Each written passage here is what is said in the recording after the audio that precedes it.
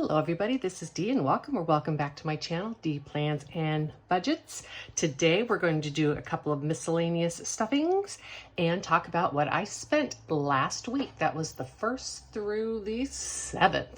If you want to know these details, please stay tuned.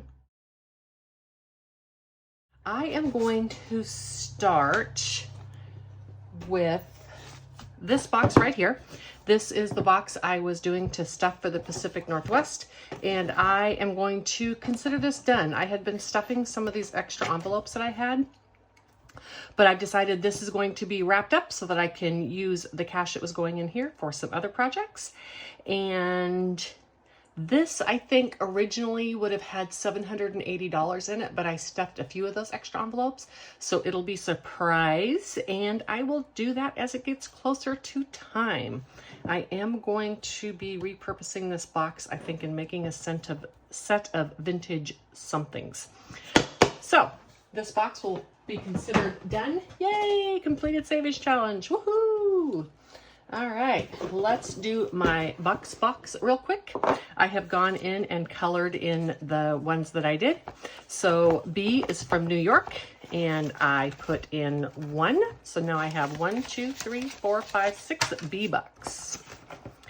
In C is from Philly, and I have put in 1, 1, 2, 3. So now I have 3 C bucks. Gotta do the D bucks. I'm going to keep collecting these forever because, you know, D. And I have 2 of those.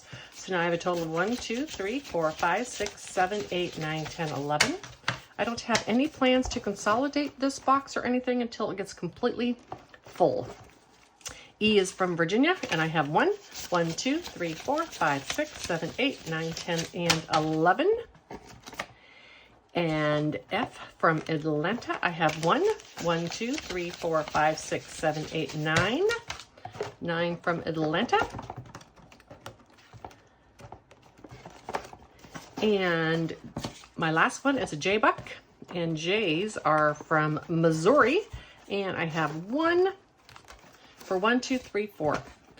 My daughter did one of her college projects in Missouri right before she graduated. She did her last semester online. She did it so that she could do a project in Missouri with this grad student who was studying what the bats in the area were eating. My daughter's degree was in, I think it was technically Parks and Wildlife, but she is animal preservation. Specifically, it started with flying foxes. Those are in Australia, and she went to Australia to work with those animals. But this project was in the United States, of course, and so it was in Missouri. And she had been out, basically she went out in the middle of the night to measure populations of things that they ate.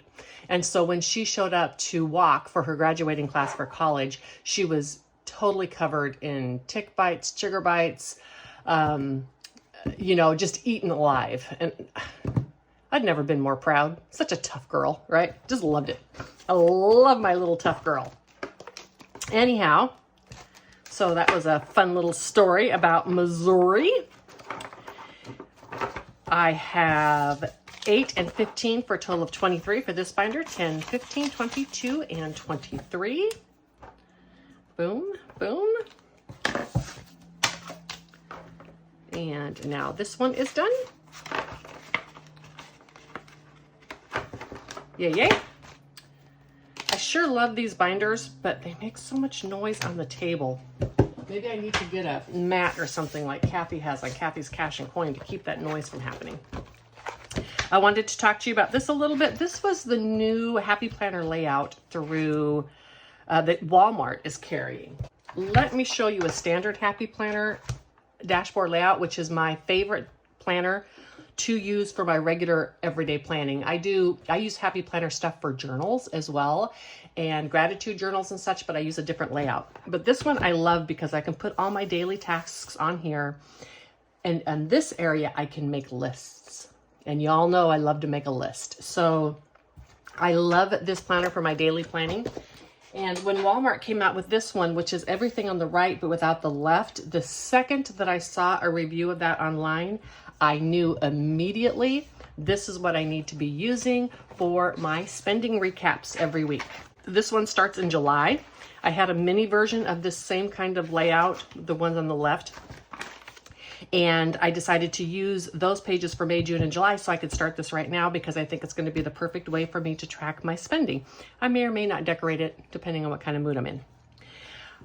Okay, let me see if I can zoom in a little bit, not too much that I'm constantly leaving you off frame, which seems to be a problem that I do.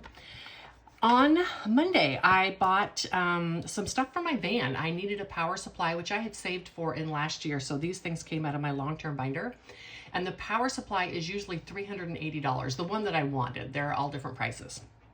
And what the power supply is, they call it a solar generator. You can charge it either by plugging it in by a solar panel, or you plug it into your 12 volt as you're driving down the road. It's a 600 watt hour, which means you get 600 hours of watts, but that gets really complicated. Trust me, and believe me to say that it'll charge my cell phones, my tablet, all my fans, and all my lights. Everything in my van is rechargeable. So this device will charge all those things when I don't have hookups for the night. And they call that boondocking. And so I have been putting off buying this because it's inexpensive and I didn't need it yet because I have been mostly doing hookup camping. But when it went on sale for $200 versus the $180 that it usually is, I jumped right on that and bought that. And a couple other little things. I still need to get a cable for it to charge in my vehicle, but I am not going to get that right away because those aren't on sale. But super happy that I bought that. This came out of my long-term binder, so you will not see it when I do my monthly recap. I tried at one time to bring money out of my long-term savings into my budget and blah. It was just too confusing. So money that's in my long-term binder, I've already saved. I've already set it aside specifically for these purposes because I primarily fund that binder through leftover sinking funds and savings challenges, and that money's already been accounted for. So while I do track it and keep track of everything that I spend, you're not going to see it in my monthly budget. On Tuesday, I spent $25.96 to get gas to go camping. That was the Inks Lake trip that I posted a video on. It was a wonderful trip. Super glad that I went. I hadn't been for a few years, so I just hadn't got back there yet, and I was really glad that I did. I did the cave tour on Wednesday, which I also posted a video on. That was a Texas State Park, but it was an additional fee to tour the cave. I could walk all over the grounds and such with my pass, but I did want to tour the cave mostly because it was super hot and humid that day, but it was nice and cool in that cave. So, and it was an hour. It's about a 1.5 mile walk. So, I got my walk in the cool.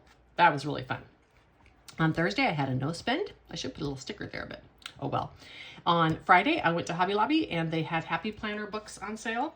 And I got 2 of those books, and then I bought some stickers to make a savings challenge on.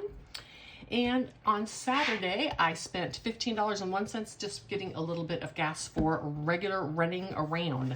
So my total spending for the week was $96.97 out of my regular monthly budget, but I spent a total of $414.82 when you count in the power supply I got for the van. I hope that you have a wonderful week coming up. If you are working, I hope that you have a wonderful work week. If you are retired, I hope you have some fun adventures. Whatever you do, just enjoy. Life is great. Bye.